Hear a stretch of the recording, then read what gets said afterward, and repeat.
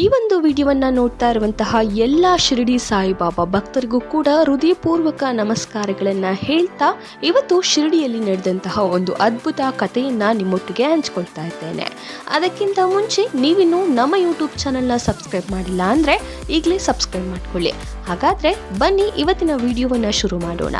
ಒಂದು ದಿನ ಶಿರಡಿಯ ಮಸೀದಿಯಲ್ಲಿ ಬಾಬಾ ತಮ್ಮ ಕೈಯಿಂದ ಊಟ ತಯಾರಿಸುತ್ತಿದ್ದರು. ಅಡುಗೆ ಮಾಡುವಾಗ ಅವರ ಮುಖದಲ್ಲಿ ಶಾಂತಿ, ಕಣ್ಣುಗಳಲ್ಲಿ ಕರುಣೆ, ಹೃದಯದಲ್ಲಿ ಭಕ್ತಿ ತುಂಬಿತ್ತು. ಬಾಬಾ ಎಂದಿಗೂ ಸ್ವಂತಕ್ಕಾಗಿ ಅಡುಗೆ ಮಾಡುತ್ತಿರಲಿಲ್ಲ.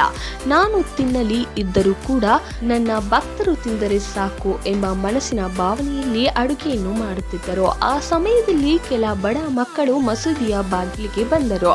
ಬಟ್ಟೆ ಹರಿದು ಹೋಗಿತ್ತು, ಕಾಲುಗಳಲ್ಲಿ ಚಪ್ಪಲಿ ಇರಲಿಲ್ಲ, ಆದರೆ ಕಣ್ಣುಗಳಲ್ಲಿ ಹಸುವಿನ ತೀವ್ರತೆ ಸ್ಪಷ್ಟವಾಗಿತ್ತು. ಅವರು ನಿಧಾನವಾಗಿ ಹೇಳಿದರು, ಬಾಬಾ ನಮಗೆ ಹಸಿವು ಎಂದು. ಬಾಬಾ ತಕ್ಷಣ ನಗು ಬಿಟ್ಟರು.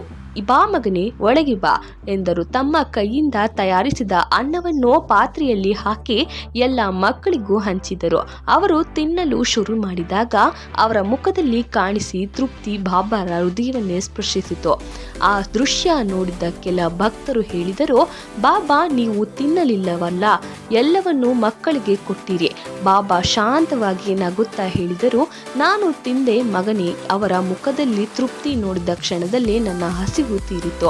ಆ ಮಾತು ಕೇಳಿದ ಭಕ್ತರ ಕಣ್ಣಲ್ಲಿ ನೀರು ಬಂತು. ಬಾಬಾ ಮುಂದುವರಿಸಿದರು, ಭಕ್ತಿಯ ಅರ್ಥ ದೇವರ ಮುಂದೆ ಹೂ ಹಾಕುವುದಲ್ಲ, ಹಸಿದವನಿಗೆ ಅನ್ನ ಕೊಡುವುದೇ ನಿಜವಾದ ಪೂಜೆ. ದೇವರು ದೇವಸ್ಥಾನದಲ್ಲಷ್ಟೇ ಅಲ್ಲ, ಎಲ್ಲ ಹಸಿವಿನಲ್ಲೂ ಕೂಡ ಹೊಟ್ಟೆಯಲ್ಲೂ ಕೂಡ ಇದ್ದಾನೆ. ಆ ದಿನದಿಂದ ಶಿರಡಿಯ ಜನರು ಬಡವರಿಗಾಗಿ ಪ್ರತಿದಿನ ಅನ್ನವನ್ನು ಹಂಚಲು ಅಭ್ಯಾಸ ಮಾಡಿಕೊಂಡರು. ಯಾರು ಹಸಿವಿನಿಂದ ನಿದ್ರಿಸಲು ಬಿಡಬಾರದು.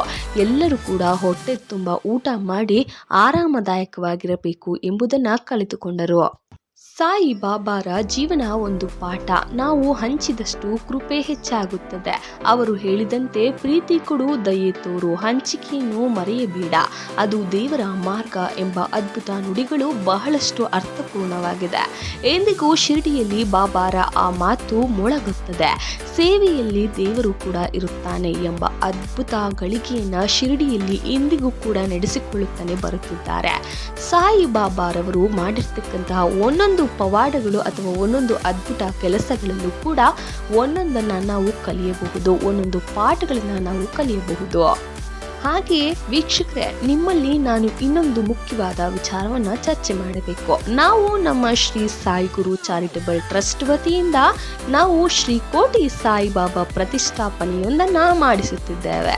ನೀವು ಕೂಡ ಈ ಪುಣ್ಯಗಳಿಗೆ ಅಥವಾ ಪುಣ್ಯ ಕಾರ್ಯಕ್ಕೆ ಪಾಲ್ಗೊಳ್ಳಬೇಕು ಎಂದು ಆಸೆ ಪಡುವುದಾದರೆ ಈಗಲೇ 101 ರೂಪಾಯಿ ಕೊಟ್ಟು ನೋಂದಣಿಯನ್ನ ಮಾಡಿಕೊಳ್ಳಬಹುದು.